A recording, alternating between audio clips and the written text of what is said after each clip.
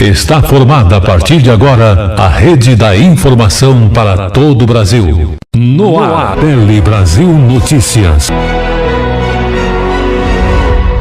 Estamos começando o Tele Brasil Notícias dessa semana, agradecendo a sua audiência em qualquer parte do mundo e aqui no Brasil também.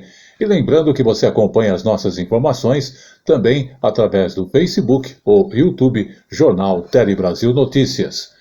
E também, você que prefere informações impressas, nós temos no Facebook a Hora da Notícia, onde você vai ter lá tanto as imagens como também as informações por escrito para você. Sendo assim, vamos chamar então as nossas manchetes desta edição.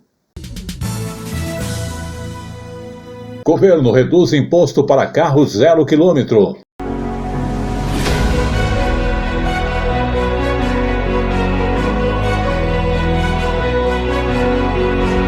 Ministério das Comunicações vai investir R$2 milhões no setor de internet e telecomunicações.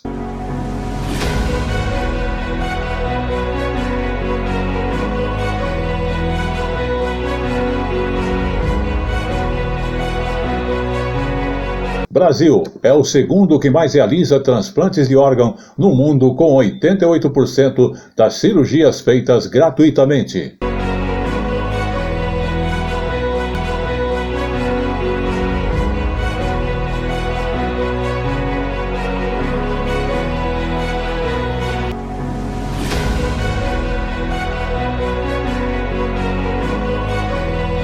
Tudo isso e estas informações você acompanha aqui no Tele Brasil Notícias.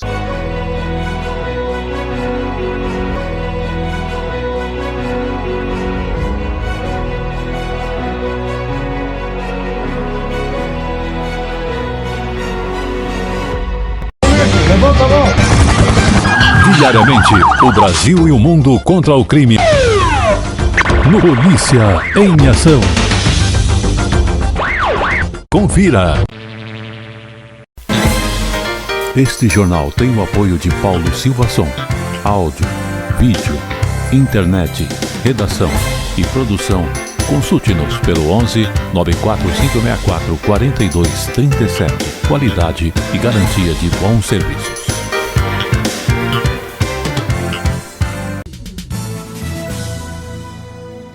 E começamos a edição de hoje falando do governo federal que está reduzindo impostos para os carros 0 km.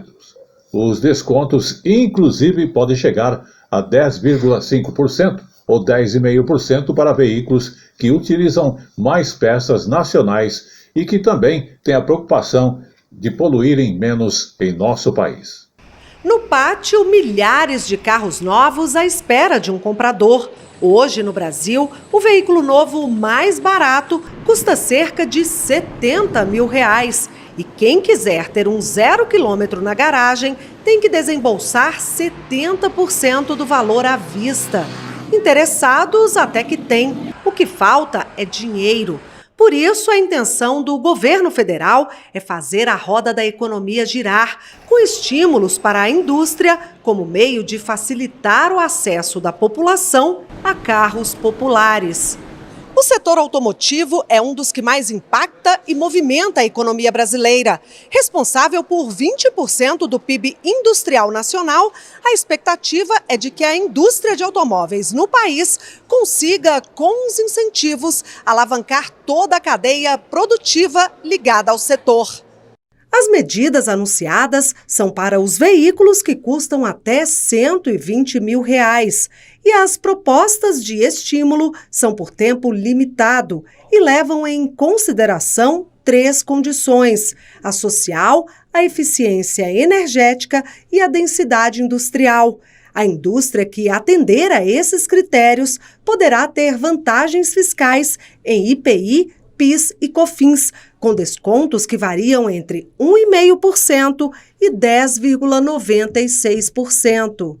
Se você for bem nos 3, o meu carro é mais barato, ele é muito eficiente, polui menos, ele tem uma alta densidade industrial no Brasil, ele vai ter um desconto maior. Os anúncios foram feitos após a reunião do governo com representantes da indústria, de montadoras e de trabalhadores por meio de centrais sindicais e já poderão surtir efeito no escoamento dos veículos que estão em estoque nas montadoras. O Ministério da Fazenda terá 15 dias para fechar essa questão tributária e emitir um parecer. O preço, cada montadora tem a sua política, mas pelos números que vêm sendo apresentados, é muito possível termos preços abaixo de R$60 mil.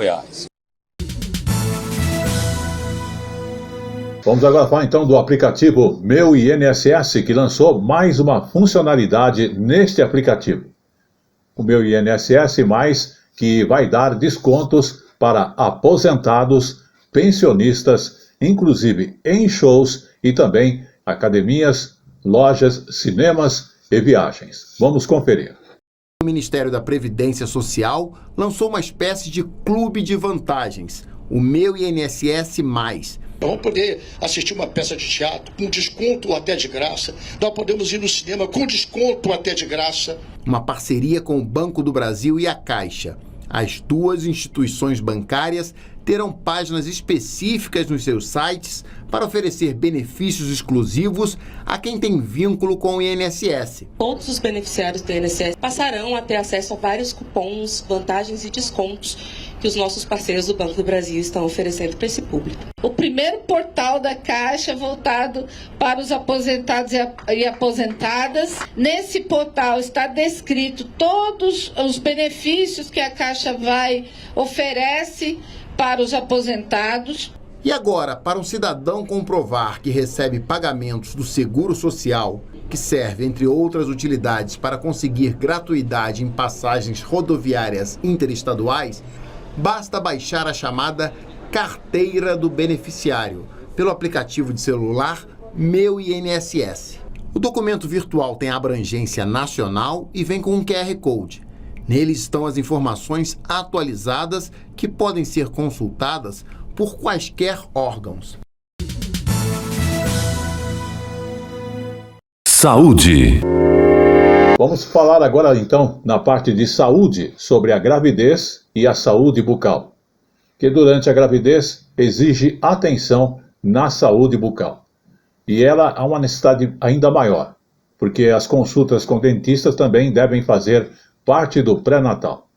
E observando que o SUS, o Sistema Único de Saúde, oferece atendimento odontológico e gratuito. Então vamos conferir. Vaniele está grávida do 4º filho. Assim como nas outras gestações, ela não abre mão de alguns cuidados. Cuidado com a alimentação, basicamente, alguma atividade física e também não deixar de fazer o acompanhamento, das consultas mensais. Foi no pré-natal que Vaniele ficou sabendo da importância de também cuidar da saúde bucal durante a gravidez. O tratamento odontológico é seguro e recomendado principalmente no 2º trimestre da gestação.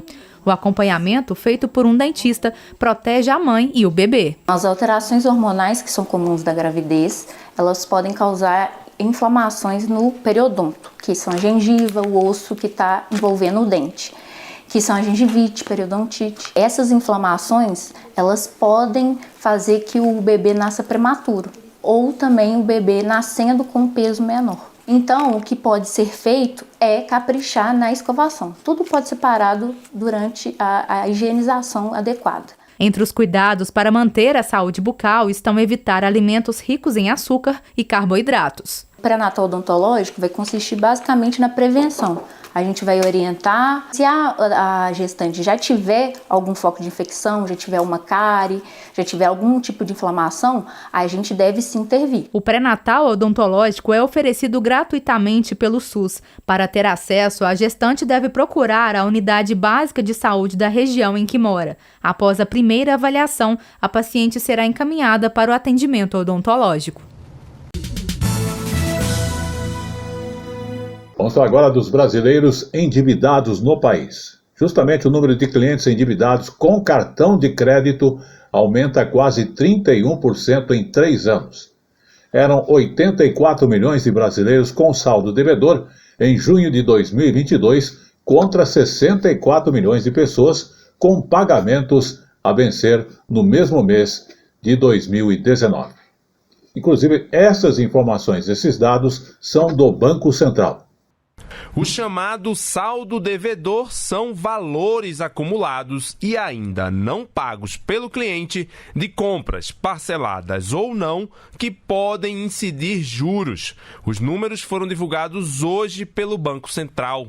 O aumento de pessoas com saldo devedor coincide com a entrada no mercado dos chamados bancos digitais. 84% das famílias não estão pagando a fatura no vencimento, estão rolando a dívida. Alguns fatores talvez contribuem para isso, como o aumento dos bancos virtuais, que são muito agressivos na oferta desse produto, oferecendo várias vantagens, e as famílias então acabam adquirindo vários cartões de crédito, podendo aumentar inclusive o seu limite de crédito. Segundo o levantamento do Banco Central, quanto maior o número de cartões que uma pessoa tem, maior é o saldo devedor comprometido com juros. Em junho de 2022, tinham mais de 190 milhões de cartões de créditos registrados no Brasil, quase o dobro do total da população economicamente ativa no país. Tenho 18 anos e já tenho dívida no cartão de crédito. Eu tenho um cartão de crédito e já tenho dívidas. Eu estou tentando controlar. Eu tenho trabalhado muito, assim, utilizando apenas um cartão agora, mas confesso que sempre fica um dos cartões uma dívida assim acumulando. Eu acho que os juros é muito alto, ainda mais para a realidade do país, assim. Então, assim, sem condições. É importante que as famílias tenham consciência de que o cartão de crédito utilizado de maneira correta é um grande amigo. Usado de maneira incorreta é um péssimo inimigo, porque as taxas de juros estão elevadíssimas. Então, o cartão de crédito ele acaba, de alguma forma, induzindo ao endividamento das famílias.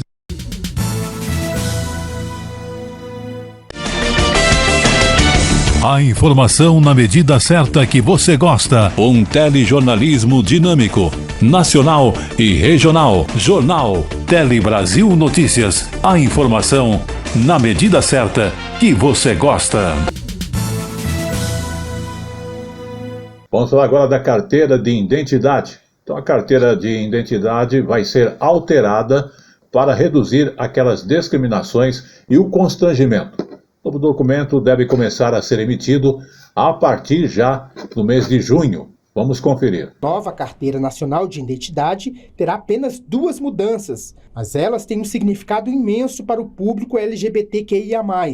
O documento passa a contar somente com um nome ao lado da foto. Pode ser o de registro ou o social, que é aquele escolhido pelo cidadão na hora da emissão. E o campo sexo será excluído da identidade.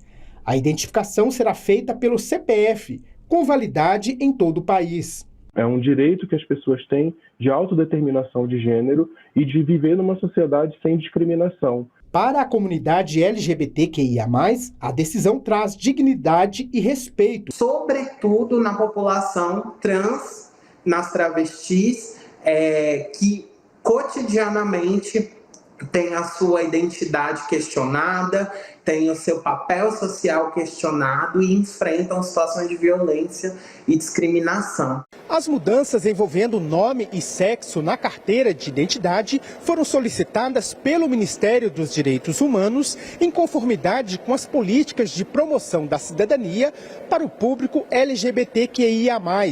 E de acordo com os técnicos do governo, essas medidas não vão aumentar a ocorrência de fraudes, já que todos os dados dos cidadãos continuam arquivados nas secretarias de segurança pública de cada estado. E o cadastro pode ser acessado por autoridades policiais ou agentes de trânsito e de saúde, sempre que necessário. Essas informações elas vão continuar disponíveis ali a partir do QR Code, que consta na carteira de identidade, mas elas não precisam estar visíveis no documento, porque isso pode gerar constrangimentos.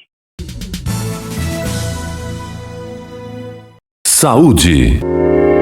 Vamos agora falar então de saúde, porque o Brasil é o segundo que mais realiza transplantes de órgão em todo o mundo. Inclusive com 88% das cirurgias feitas gratuitamente. As operações com córnea é a mais frequente, inclusive entre os transplantes de tecido que acontecem aqui no Brasil. Fabrício teve uma doença rara na córnea e passou por diversos médicos. Como não estava vendo melhora no quadro, aí eu procurei outro médico, né? Que é a minha médica atual. E daí foi constatado ceratite de acanthameba, né? Desde a minha descoberta da doença até o transplante foi uns 2 anos. A médica que fez o transplante do Fabrício foi a doutora Camila. A córnea é um tecido que cobre a face anterior do olho, está em cima da parte colorida, onde a gente consegue colocar o dedo, como se fosse uma lentezinha de contato mesmo. A córnea é esse vidrinho. Quando a gente tem uma patologia nesse tecido que impossibilita o paciente de enxergar, ele pode sim ser necessário que se faça um transplante de córnea. Segundo o Sistema Nacional de Transplantes, o SNT, a espera por uma córnea pode levar um pouco mais de um ano, cerca de 13 meses. Mas isso depende da lista de espera de cada estado. A lista de espera para o transplante passou de 12.212 pessoas em 2019 para 23.946 em 2023. Os estados que têm a maior espera são Pará, Maranhão, Rio de Janeiro, Rio Grande do Norte, Alagoas. A demora registrada é menor no Ceará, Amazonas, Santa Catarina, Mato Grosso e Paraná. Para que a gente possa ter transplante de córnea, a gente precisa ter a doação de córnea. E aqui a gente separa esse assunto. De um lado, a gente tem os bancos de olhos que precisam captar as córneas, processá-las, fazer todos os exames que são necessários, armazená-las adequadamente e transportá-las aos serviços que vão fazer o transplante efetivamente. As córneas podem ser doadas apenas após o falecimento do doador e devem ser captadas entre 6 e 12 horas após a parada cardíaca. Aproximadamente 90% das córneas doadas são aceitáveis para transplante e elas podem ser preservadas por até 15 dias. É uma doação que não causa nenhuma deformidade na pessoa que está doando. Basta a pessoa manifestar a vontade de doar e ter certeza de que ela vai estar ajudando muitas outras pessoas. Vamos agora falar então do Ministério das Comunicações, que vai investir nada menos que R$2 milhões no setor de provedores de internet e envolve também a parte de telecomunicações. O anúncio foi feito pelo ministro das Comunicações, Juscelino Filho, nesta quarta-feira, durante o Encontro Nacional da Associação Brasileira de Provedores de Internet e Telecomunicações em São Paulo. Nós vamos ter disponíveis esse ano mais de R$2 bilhões para projetos que vão visar fomentar o setor. O Fundo de Universalização dos Serviços de Telecomunicações, o FUST, existe há 23 anos e, a partir deste ano, vai disponibilizar recursos para projetos que vão fomentar o setor de provedores de internet e telecomunicações. O BNDES é responsável pela gestão do dinheiro. Segundo o ministro, 4 projetos pilotos serão iniciados em favelas e áreas urbanas de comunidades de baixa renda para melhorar o acesso e a conexão com a internet nessas localidades. Além disso, parte dos R$2 bilhões será usada para levar banda larga a escolas públicas e hospitais públicos e fibra ótica para compartilhamento de dados. O ministro anunciou também a criação de uma política pública para o compartilhamento dos postes de energia com a rede de telecomunicação. A demanda é um desejo antigo dos provedores de internet do país.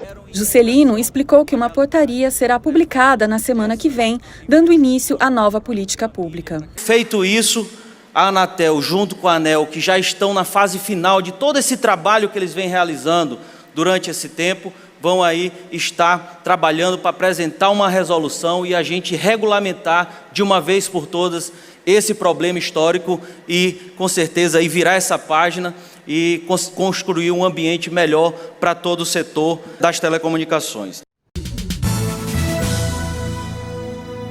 E chegou agora no Tele Brasil Notícias, o nosso Momento Jurídico.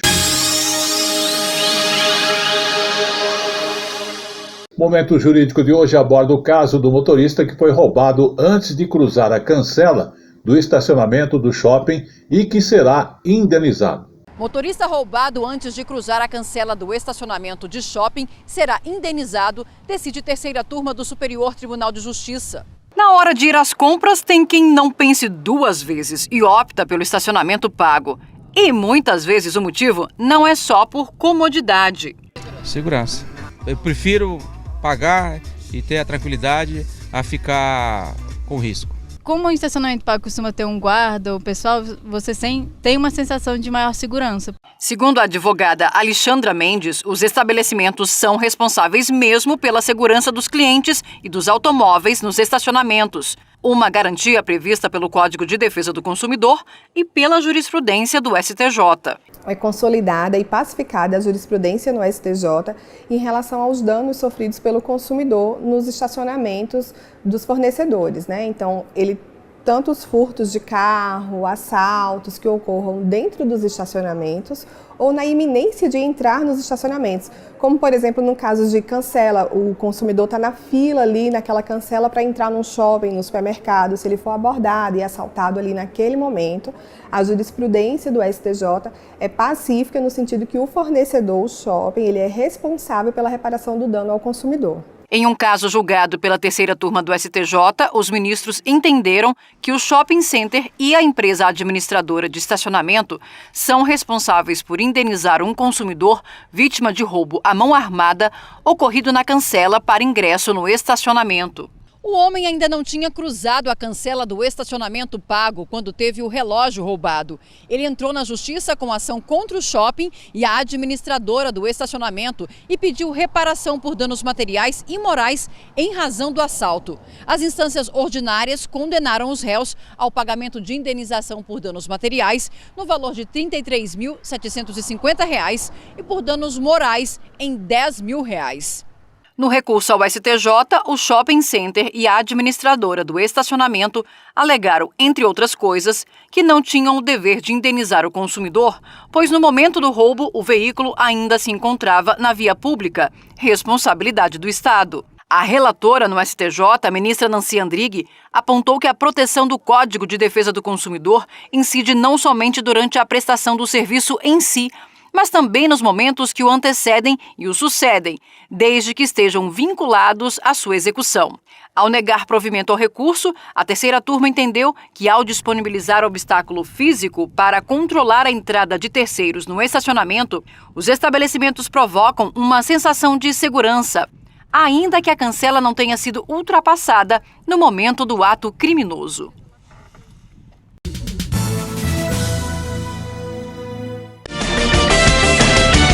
A informação na medida certa que você gosta. Um telejornalismo dinâmico, nacional e regional. Jornal Tele Brasil Notícias. A informação na medida certa que você gosta.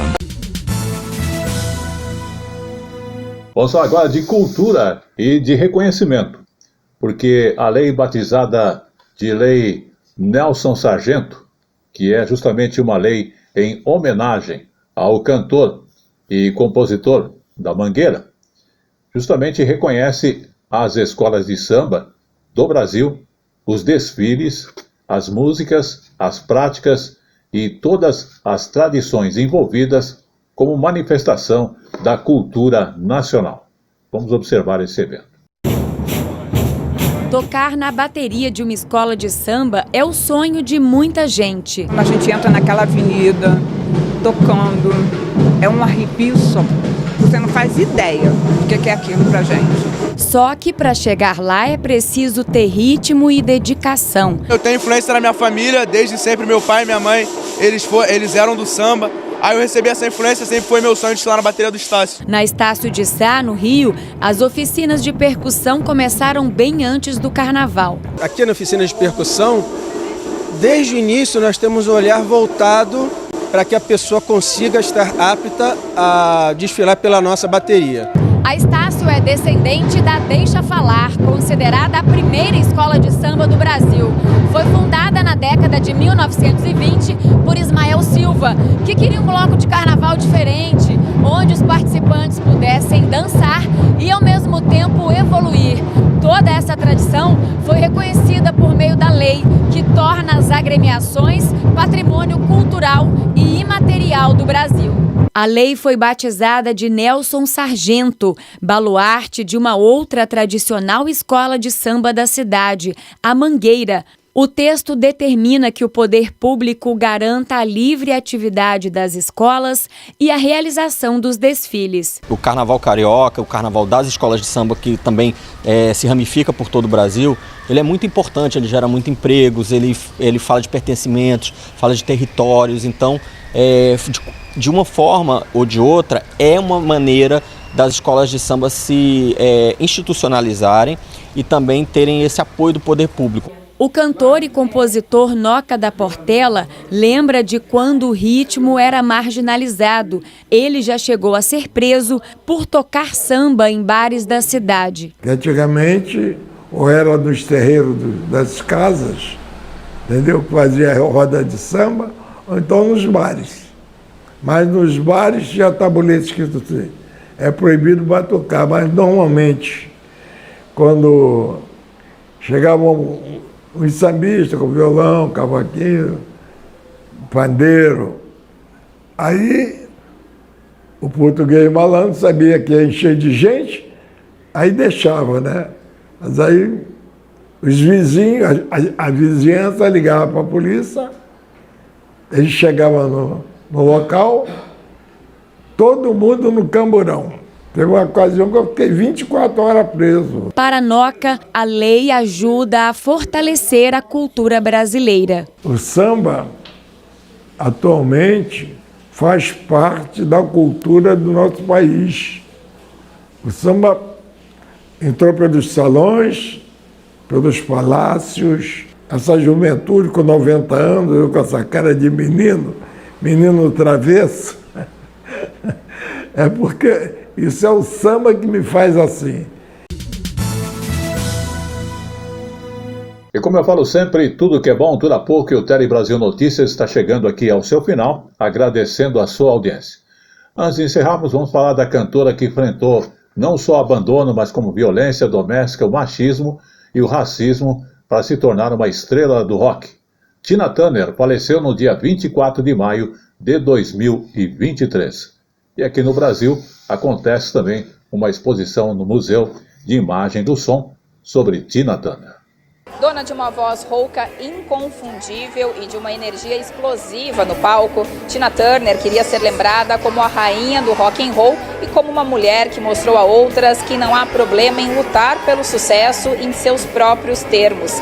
Nascida Anna Mae Bullock, num porão para pacientes negros num hospital dos Estados Unidos. No final dos anos 30, a cantora começou a carreira com o então marido Ike Turner nos anos 50.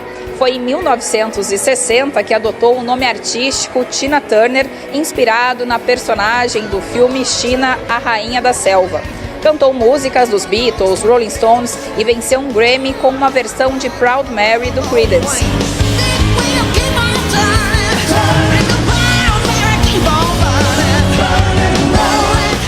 Tina se separou de Ike depois de sofrer anos de violência física e psicológica.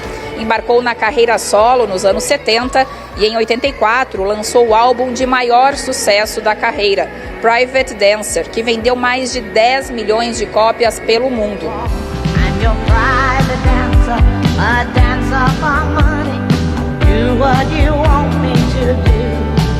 A cantora vendeu quase 200 milhões de discos, venceu 12 prêmios Grammy e se tornou a artista solo a se apresentar para o maior público. Mais de 180 mil pessoas viram a diva no estádio do Maracanã, no Rio de Janeiro, em 88.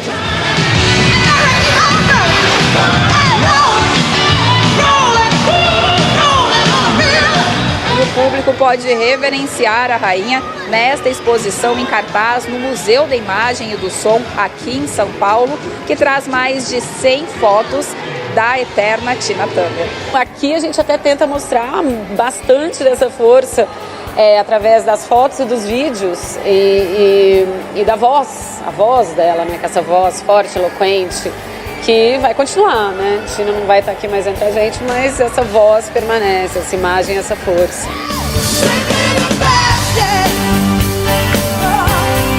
Better E este foi o Tele Brasil Notícias dessa semana, que agradece a sua audiência e estará de volta na semana que vem, com os apoios técnicos de filmagem, edição e iluminação do Pedro Henrique. Até lá.